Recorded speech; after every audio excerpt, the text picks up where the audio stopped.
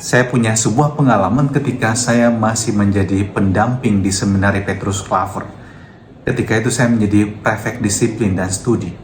Dan salah satu tugas saya adalah melihat apakah anak-anak bangun tepat pada waktunya dan mereka berangkat tidur juga pada waktunya.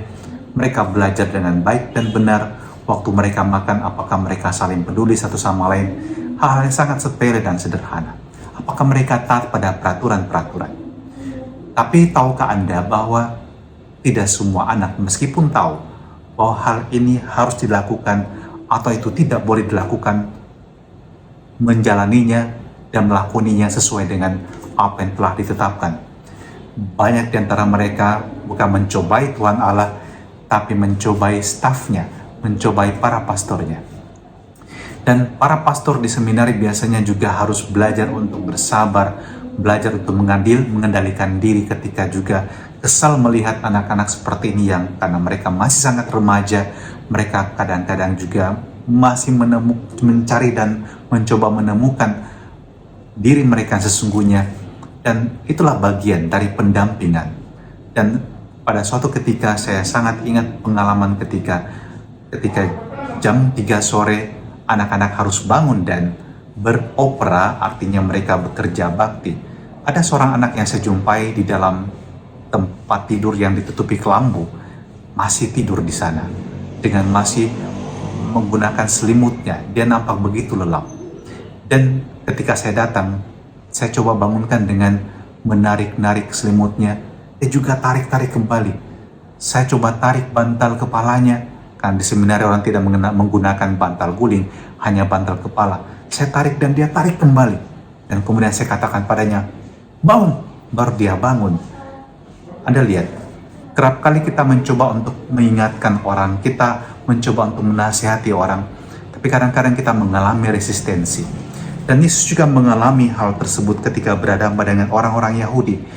Dan Yesus katakan dalam perikop Injil hari ini, kamu menyelidiki kitab-kitab suci, sebab kamu menyangka bahwa olehnya kamu mempunyai hidup kekal.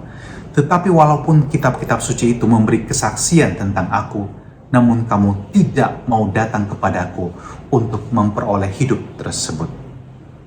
Intinya adalah, orang yang mengenal makna dari sesuatu, termasuk makna kehidupan, itulah yang lebih mudah untuk menerima juga masukan, teguran, dan bimbingan.